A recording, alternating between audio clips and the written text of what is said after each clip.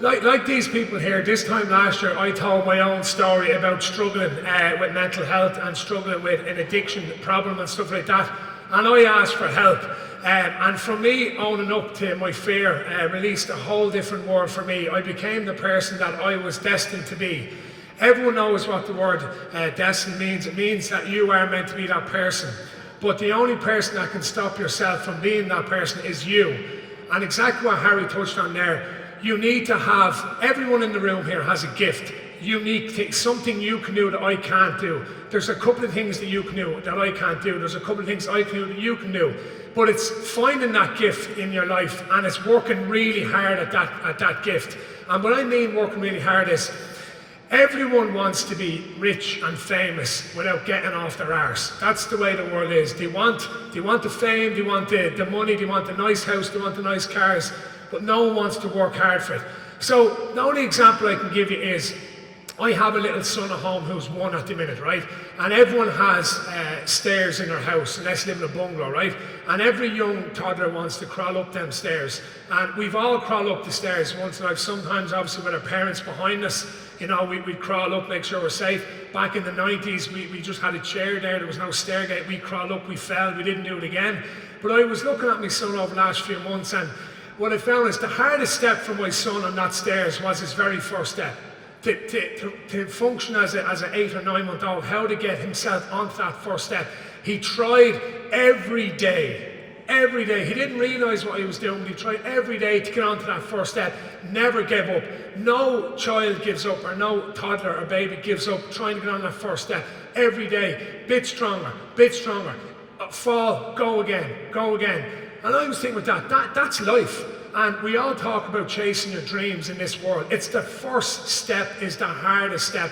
Once you get up your 2 feet on that first step, you've started.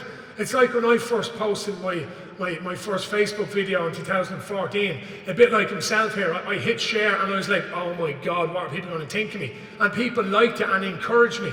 And I went for it. So I got up to the next step. And I was up there, I started.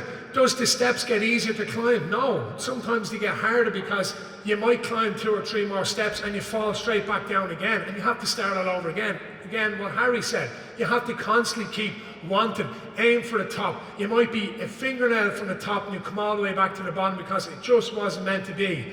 But what I've learned with Rory Stories over the last number of years is resilience is everything.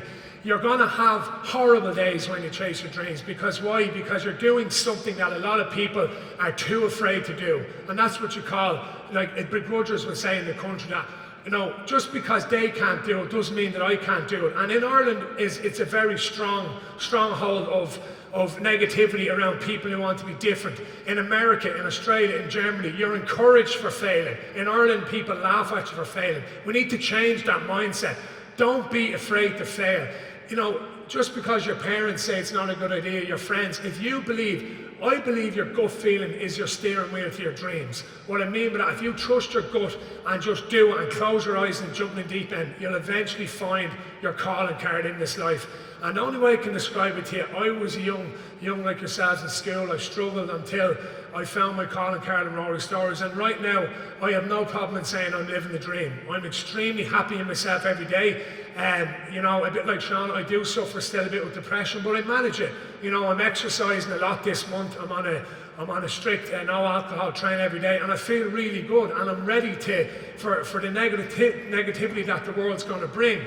So I do ask you to chase your dreams. Don't be afraid to fail, and be ready for the horrible days, because God is testing the brave. That if you struggle, and I mean struggle in an individual task, that when you get over that task, you're rewarded by something that you visualized in your mind.